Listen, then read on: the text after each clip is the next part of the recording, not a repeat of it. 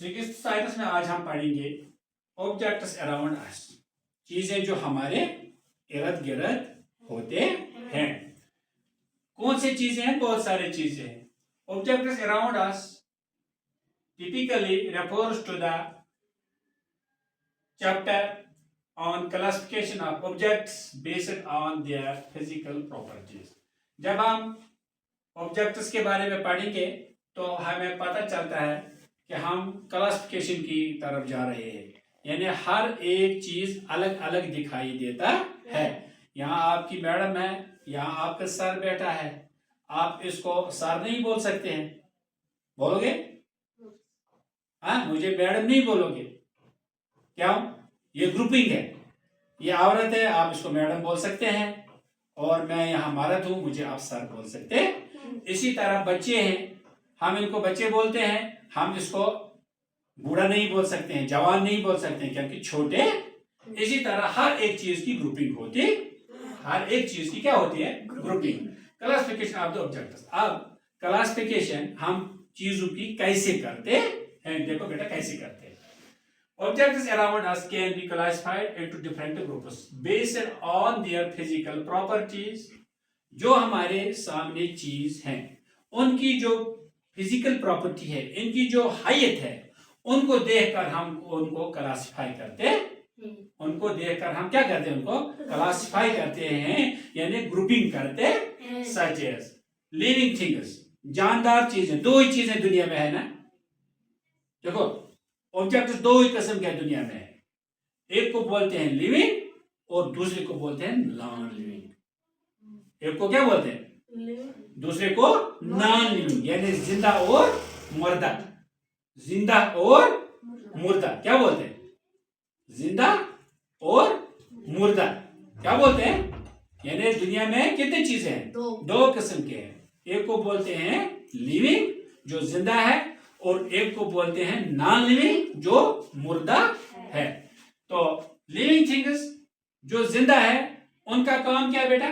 Plants, animals and humans, ये बढ़ जाते हैं। प्लांट कितने बड़े होते हैं, है ना, इसका मतलब जिंदा है। एनिमल्स कितने बड़े हैं? ह्यूमंस इंसान छोटे भी है और बड़े भी है। नॉन लिविंग थिंग्स जो मुर्दा है, रॉक्स पत्थर बड़े होते हैं, मेटल जो लोहा आप देखते हैं, घर में दीक्षा देखते हैं, बाटी देखते हैं, वो बड़े होते हैं। वाटर बड़ा होता है, आयर एटसेट्रा, ये सब क्या है बेटा? क्या है ये है नॉन लिविंग। अब हम देखेंगे characteristics of living things.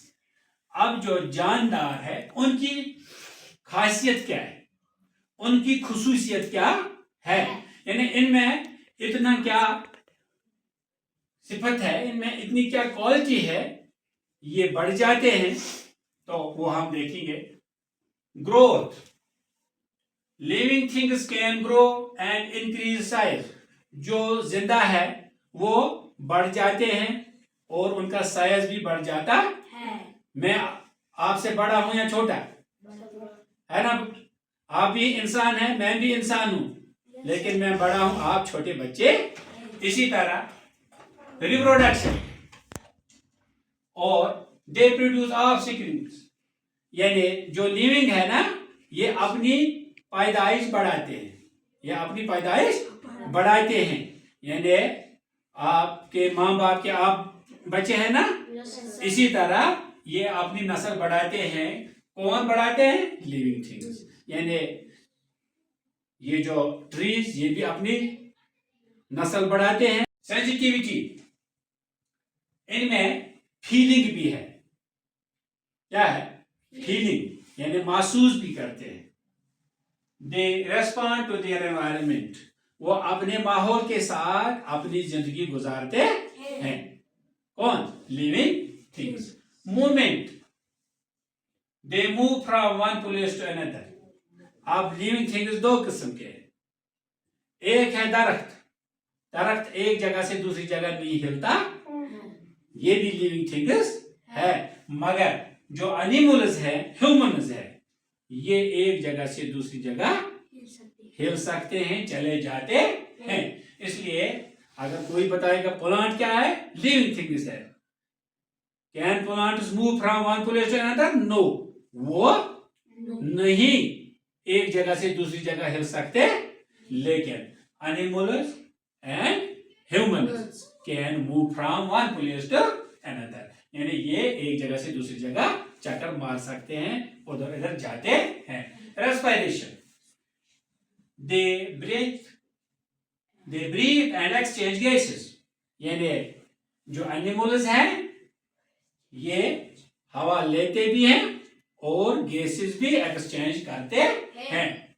Excretion, they remove waste products, यानी जो इंसान में वेस्ट प्रोडक्ट्स पैदा होते हैं, पेशाब होता है, गंदे चीज होते हैं, इंसान उनको बाहर फेंकता है।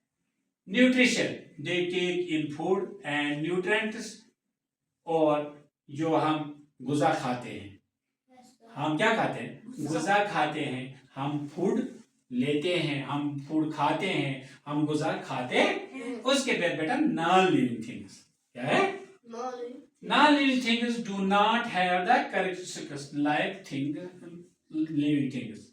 अब जो बेजान है इनमें ये खासियत नहीं है, बेजान चीजों में ये चीजें नहीं है जो आपने जानदार चीजों में पढ़ी है, इसलिए बेजान है, इसमें कोई एक्टिविटी नहीं होती है। इस तरह हम ग्रुपिंग करते हैं। आज हमने पहला चैप्टर पढ़ा, ऑब्जेक्ट्स अराउंड अस, उनकी खासियत क्या है, ये कैसे एक दूसरे के साथ जुड़ जाते हैं, ये इनकी ग्रुपिंग हम कैसे करते हैं। मसलन आपके सामने ये ट्रॉट है, इसको हम जूट बोलते हैं, और इस जूट मैटिंग को हम मटर्स नहीं बोलते हैं, क्योंकि उसकी ग्रुपिंग अलग है, उसकी ग्रुपिंग अलग है। इस तरह स्कूल ये एक इमारत को दिखाता है और मकान दूसरी इमारत को दिखाता है, जिसको हम मकान बोलेंगे उसमें हम रहाइश पजीर होते हैं। जिस बिल्डिंग का नाम हम बताएंगे स्कूल, इसका मतलब है वहां हम पढ़ाई करते हैं, और जिस मकान को हम बताएंगे मस्जिद, उसका मतलब है हम वहां क्या करते हैं, खुदा की इबादत करते हैं, नमाज पढ़ते हैं।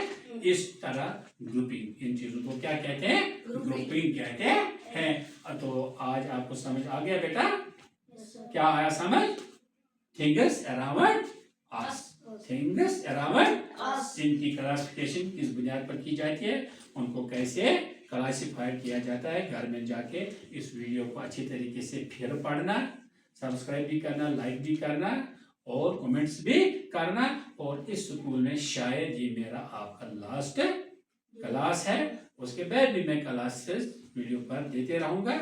आप मेरा नंबर नोट करके रखना, वहाँ खोलना। तो लेकिन आज शायद ये मेरा और आपका आखिरी क्लास है। शुक्रिया।